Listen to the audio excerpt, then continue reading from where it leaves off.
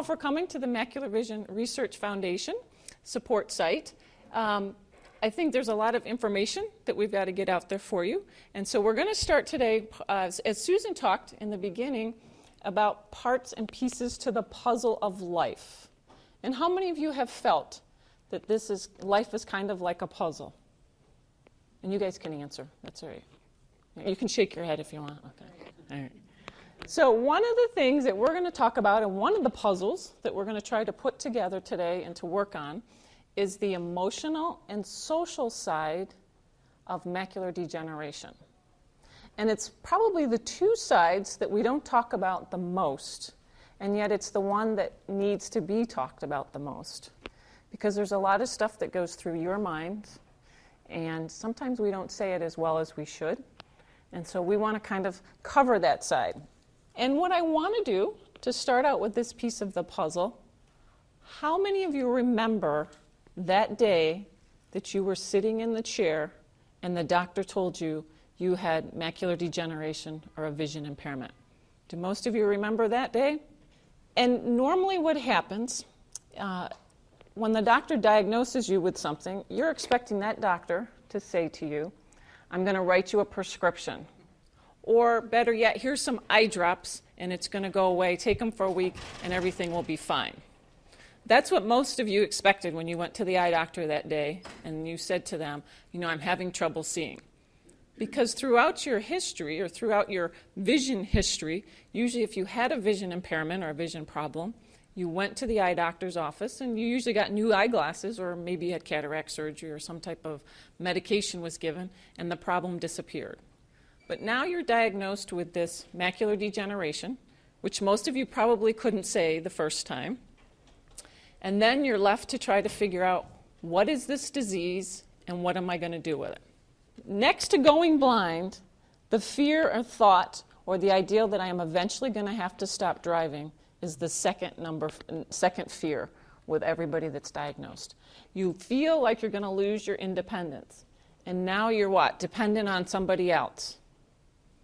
And that's the hardest thing to do, is to be dependent upon somebody else, correct? And that's one of the hardest things for you folks to do, anybody to do, is to ask for help. Think of it this way, though. Reverse the situation. And what if somebody else was asking you for help? Normally, you want to help. You want to do as much as you can for somebody. So don't be afraid to ask for help. Because what's the worst thing that can happen? They can say no. They can say no. And if they say no, then we go on to plan B. One of the reasons I started my company was because of my grandmother. Very similar situations like you folks.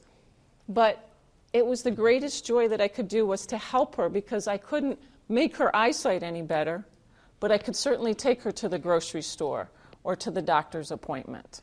So that was my way of helping, was being able to take her places.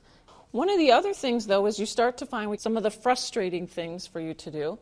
And one of those is maybe if you're out and about. So, for instance, the grocery store. How many of you have been in the grocery store? You can't either read the label on something you're trying to find, and don't you have to ask for help? I get it all the time because I'm tall, and I'll be in there and somebody say, excuse me, ma'am, can you reach that up there? I can't reach it. And gladly so. And so don't be afraid to ask for help in the grocery store. Ask somebody. One of the problems that we deal with when we have macular vision is, somebody walked in this room today, they would not know that most of you can't see who's ever standing up here at the podium, because you all look like you are perfectly fine. Unfortunately, we are stereotyped that if somebody is visually impaired, they either have the dark glasses, the white cane, or maybe their service dog. When you have a vision impairment, like macular degeneration, you look perfectly fine. Nobody knows looking in here that looking at you, you're having a vision impairment. There was another support group that I did some information with. We kind of just did a little bit of poll. And we said, if we could sit up here and we could write the instructions for the rest of the world, whether it be our caregiver, our family member, or somebody out in the public, that we could write the directions on what they had to do to help somebody that's visually impaired, what would we write? So I made a list of these, and I thought I'd read them to you, and you tell me if you agree. So one of the things that would make it much easier is, when greeting me, please say your name. Let me know when you enter or leave a room. How many of you have tried to talk to somebody and you're not sure who it is because you can't see them? Or you're guessing? Or you're thinking it's Mary Jo and it was actually Sally? So it would help if somebody said, "Hi, I'm Debbie," so that you knew exactly who you were talking to. That would make a difference. The next thing is, by looking directly at me and addressing me by name, I know you are talking to me.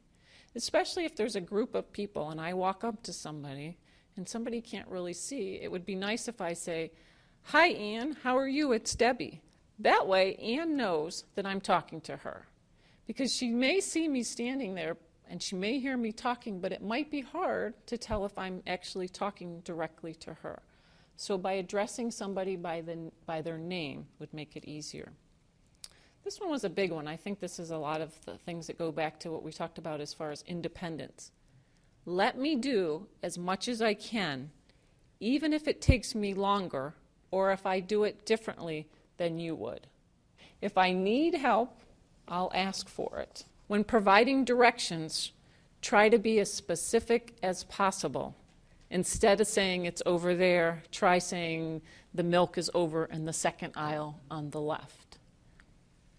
Another one was provide adequate lighting for tasks at hand and in the stairways and hallways. Remember that a door to a room, a cabinet, or a car door left partially open is a hazard to me. Or here's the best one, and this happens all the time. You have your things set a certain way, the kitchen counter set a certain way, and some nice family member comes along and decides that they're going to help you clean up. They're going to clean that counter, and they're going to arrange things for you so it's better. And then you come in, and it's totally rearranged, and you can't find a thing. But that happens a lot. People come in and they want to help. You know, we were kind of talking about earlier about asking help. Sometimes on the opposite end, we get too much help. So sometimes you have to tell people, just leave it alone. If I'm walking with you, I will take your arm, or I will ask for help. How many of you have found that since you're visually impaired, and you tell somebody you have a vision impairment, they start talking really loud because they think because you can't see, you also can't hear? Did you ever have that? They just think because you can't see, they start talking louder. But it's just a natural reaction that when we think somebody can't hear or understand something, we start talking louder, like they're going to be able to see better. So before we finish up, I just want to kind of read off, kind of consolidated everything that we just kind of talked about and kind of put into words what you may be going through or what you felt or what the social and emotional part of having macular degeneration is. And so these are some of the suggestions that may help you in dealing with that process. The first one and foremost is acknowledge and accept your feelings about vision loss. Recognize and identify the successful coping skills you have used before in your life and how they can help you cope with this new challenge. Recognize you are the same person you have always been. Learn from and share with others who have experienced visual impairments. And again, I highly recommend the support site groups because I think in an environment like this is a perfect chance for you to share with others your experience with visual impairment. Accept the loss as a part of life. Begin to return to your normal responsibilities and activities. Pursue special training to develop new skills and new strengths. And this is a good one. Find someone to talk with. Recognize you may have to educate your family, your friends, and your acquaintances about your vision loss. Don't assume that people know what your vision loss is or what you're going through. And find out about what community resources and services are available to assist you. Just knowing about them should help calm some of your fears and anxieties about what to do next. And the other thing that's also helpful, especially those of you that have access to a computer, is the Macular Vision Research Foundation does have a website. And on their website is a lot of helpful information and stories that may also make this process, this journey in life with a vision impairment, a lot easier.